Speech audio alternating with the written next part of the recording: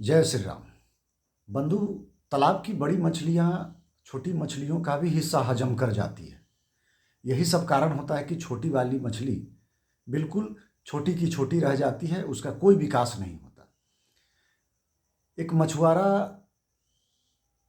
अपने जीविकोपार्जन के लिए मछली का पालन आरंभ किया। वो नित्य नए नए व्यंजनों को ले जाकर तालाब में उड़ेल देता।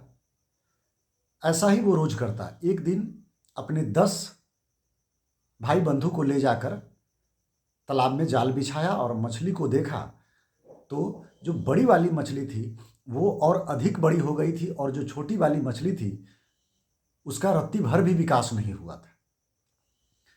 अब मछुआरा बेचैन, वो एक नए प्रख्यात किसी जानकार से मिले। उन्होंने मछली के विकास हेतु कुछ सुझाव मांगे, सुझाव मिला।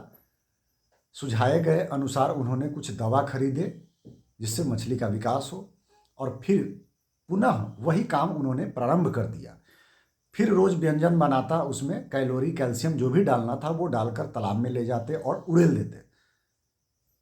फिर पुनः 1 महीने के पश्चात वो फिर से जाल बिछाया और देखा कि जो बड़ी वाली मछली थी वो कई गुना और बड़ी हो गई थी और जो छोटी थी बस उसमें रत्ती भर भी विकास नहीं हुआ था। यही हाल है हमारे हिंदुस्तान के आरक्षण वाले सिस्टम में। बंधु, यहां भी यदि क्रीमी लेयर लगा दिया जाए, उस तालाब में भी क्रीमी लेयर की आवश्यकता पड़ गई थी। बड़ी वाली मछली को यदि उस तालाब से निकालकर किसी दूसरे तालाब में डाल दिया जाता और जो शेष बच जाती उसमें छोटी मछलियां, उसके लिए कैलोरी वाला व्यंजन परोसा जाता, उसे खिलाया जाता, तो हो सकता है शायद वो उन्नति कर जाता। लेकिन यहाँ तो एक ही जगह छोटी मछली बड़ी मछली है, आप कोई भी भोजन फेंकिएगा तो बड़ी मछली सामर्थ्यवान होती है, शक्तिशाली होती है, झपट्टे मारकर छोटी वाली मछली का हिस्सा भी हजम कर जाती है। तो यही सब कारण है हिंदुस्तान में आरक्षण के प्रावधान में, जिससे आज भी पिछड़े हुए तबकों की दशा यथावत है, जबकि ऐसा नहीं होना चाहिए था। क्रीमी लेयर के लग जाने से सबसे अधिक फायदा SC ST वर्ग के लोगों को ही होगा, चूंकि सबसे अधिक गरीबी इन्हीं में है।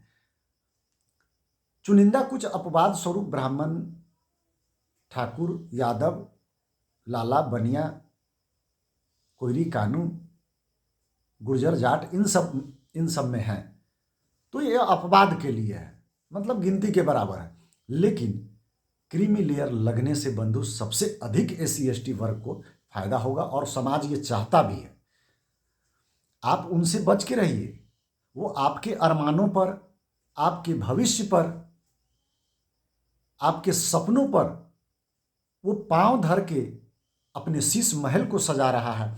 उसी के श्रेणी में आते हैं बामसेफ वाले, ये बड़े बड़े, ये हमारे जितने भी दलित के ठेकेदार बने बैठे हैं, स्वघोषित दलित नेता जितने भी हैं, ये आपके हितैषी हो ही नहीं सकते हैं। पूरे फॉर्मूले पर, पूरे तथ्य और तथ्यान्वेषण के सहायता से पाइएगा कि यही सबसे बड़े दुश्मन है। सिर्फ आपको ठाकुर ब्राह्मण का जुमला दिखाकर यही आपके अरमान भरे कराही में अपने सपने भून रहे हैं।